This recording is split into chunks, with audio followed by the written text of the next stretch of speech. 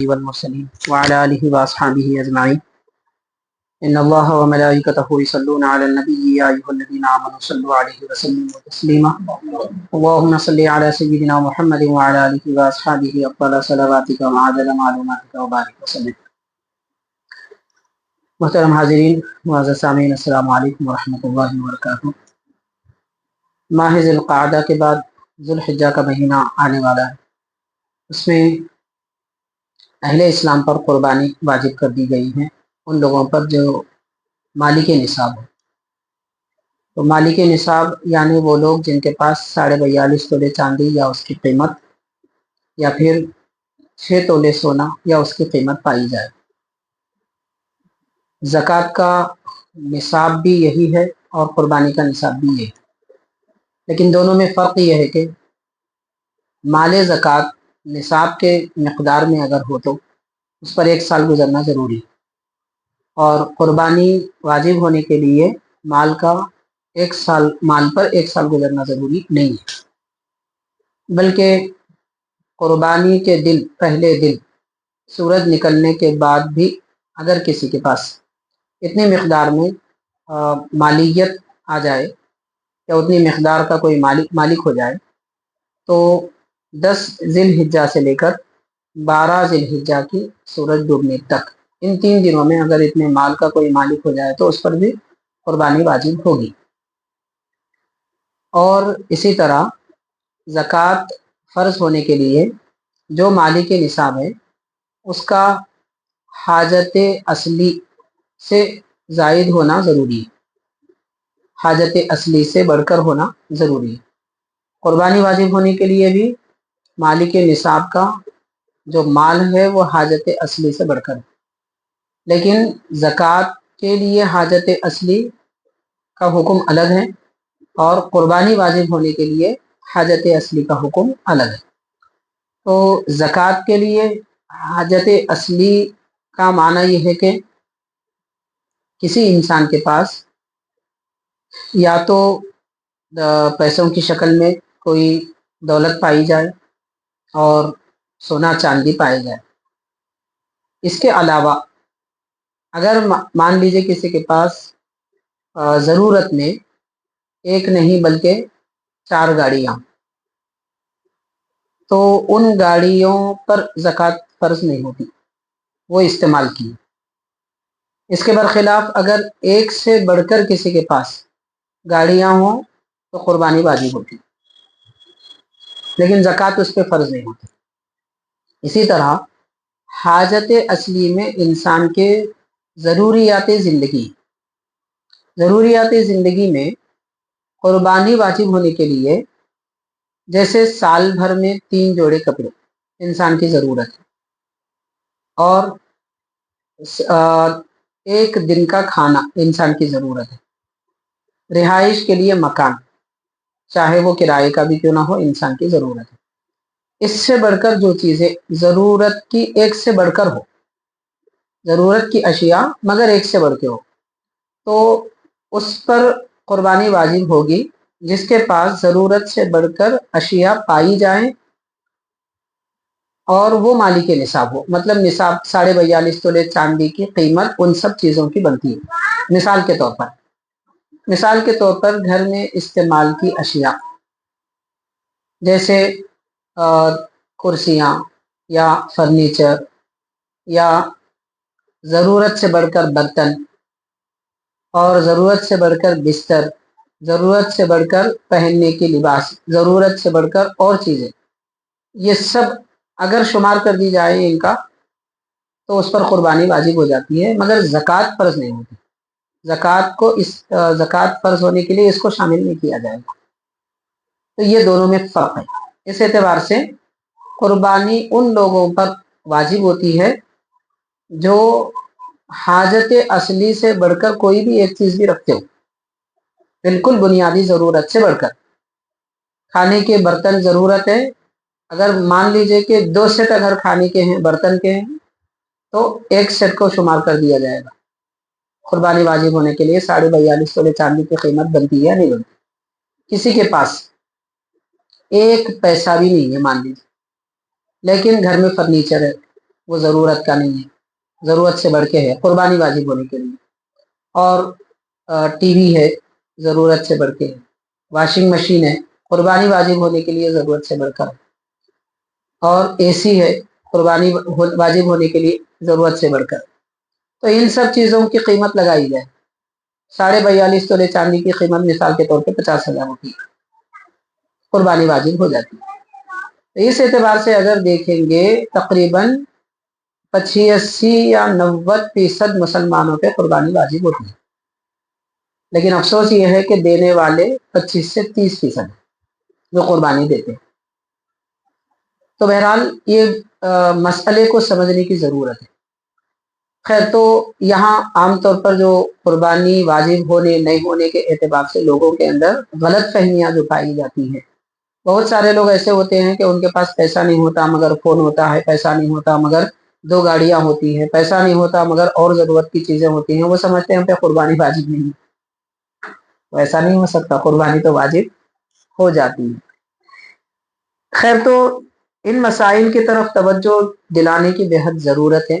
لوگوں کو بھی معلوم ہونا چاہیے کہ ہم پر کون سی عبادت کب کس مقدار میں فرض ہوتی ہے.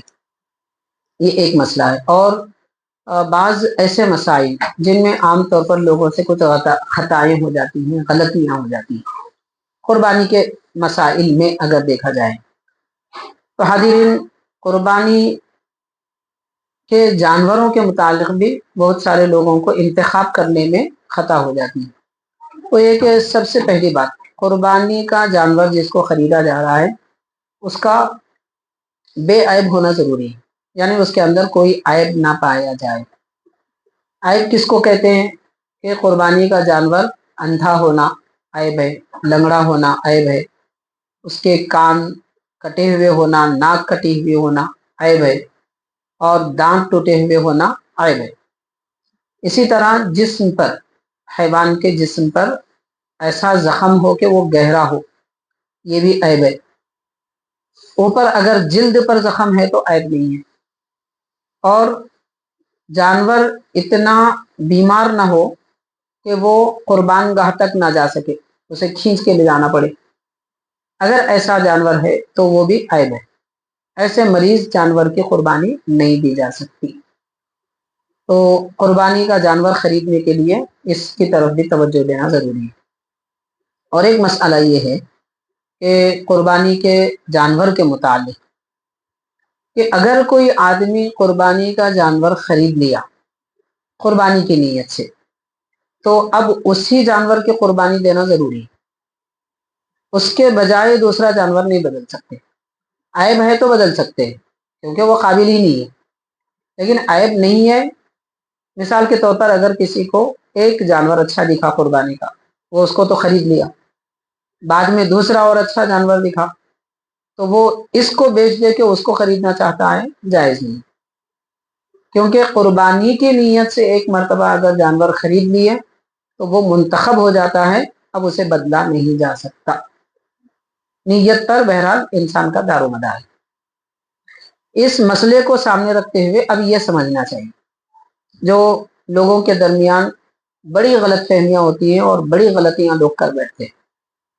مثال کے طور پر اگر وہ لوگ جو قربانی کے جانور, قربانی کے حصوں کا نظم کرتے ہیں, ان کا خیال یہ ہوتا ہے کہ وہ اکثر تو جانور خرید لیتے ہیں ایک ساتھ, پہلے خرید لیتے ہیں 10-15 جانور, اس کے بعد حصے مخصوص کر لیتے ہیں, یہ فلاں کا حصہ ہے, فلاں کا حصہ, فلاں کا حصہ. لیکن وہ کسی ایک جانور میں وہ حصے کو خاص نہیں کرتے. مثال کے طور پر 7 لوگ اگر ان کے پاس جمع ہیں تو قربانی کا نظم کرنے والے, حصوں کا نظم کرنے والوں کی یہ ذمہ داری بنتی ہے کہ وہ 7 لوگوں کے نام پر ایک جانور کو خاص کر دیں کہ اس جانور میں ہم نے یہ 7 کے حصے رکھے. اگر کوئی ایسا نہیں کرا, اس وقت نہیں کرا, صرف حصے مخصوص کر لی یا بک کر لی, کم از کم ذبح کے وقت میں تو وہ 7 لوگوں کے نام پر مخصوص کرنا چاہیے. اگر اس وقت بھی نہ کرے, بس قربانی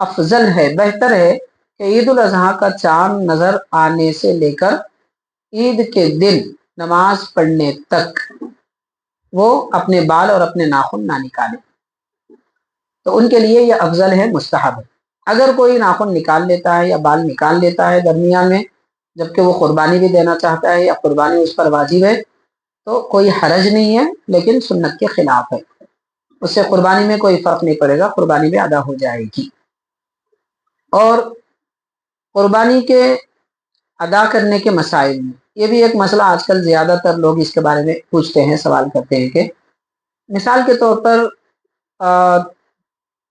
لندن یا امریکہ یا پھر کینیڈا وغیرہ کسی مقام پر یہاں کے لوگ رہتے ہیں تو وہ وہاں قربانی کا نظم اچھے انداز میں نہیں کر سکتے، وہ چاہتے ہیں کہ یہاں ہو جائے جہاں ان کے والد رہتے ہیں یا ان کے بھائی وغیرہ رہتے ہیں۔ تو ایسے لوگ اگر یہاں قربانی ان کی دی جائے جو دیگر ملکوں میں رہتے ہیں تو کیا ان کی قربانی ہو جائے گی؟ بالکل ہو جائے گی، قربانی بھی ادا ہو جائے گی، زکوٰۃ بھی ادا ہو جائے گی، فطرہ بھی ادا ہو جائے گا۔ تو صدقہ فطر مالی عبادت جو واجب ہے وہ کسی بھی ملک میں ادا کی جا سکتی ہے، جس جگہ وہ لوگ رہتے ہیں اسی جگہ ادا کرنا ضروری نہیں ہے، بہتر ہے اگر وہ وہاں کر سکتے ہیں تو، اگر نہیں کریں تو دوسرے مقام پہ بھی کر سکتے ہیں، لیکن اس کے لیے ضروری ہے وہ یہ ہے کہ مثال کے طور پر اگر کینیڈا کی بات کر لیں، مثال کے طور پر غالباً 12 گھنٹے کے بعد وہاں پر یہاں کا وقت شروع ہوتا ہے، مثال کے طور پر کہ مان لیجئے کل صبح عید کا دن ہے تو کل صبح کے 12 گھنٹے گزرنے کے بعد میں وہاں پر عید کا دن شروع ہوتا ہے، یعنی ہمارے بعد ہوتا ہے، ہم سے پہلے نہیں۔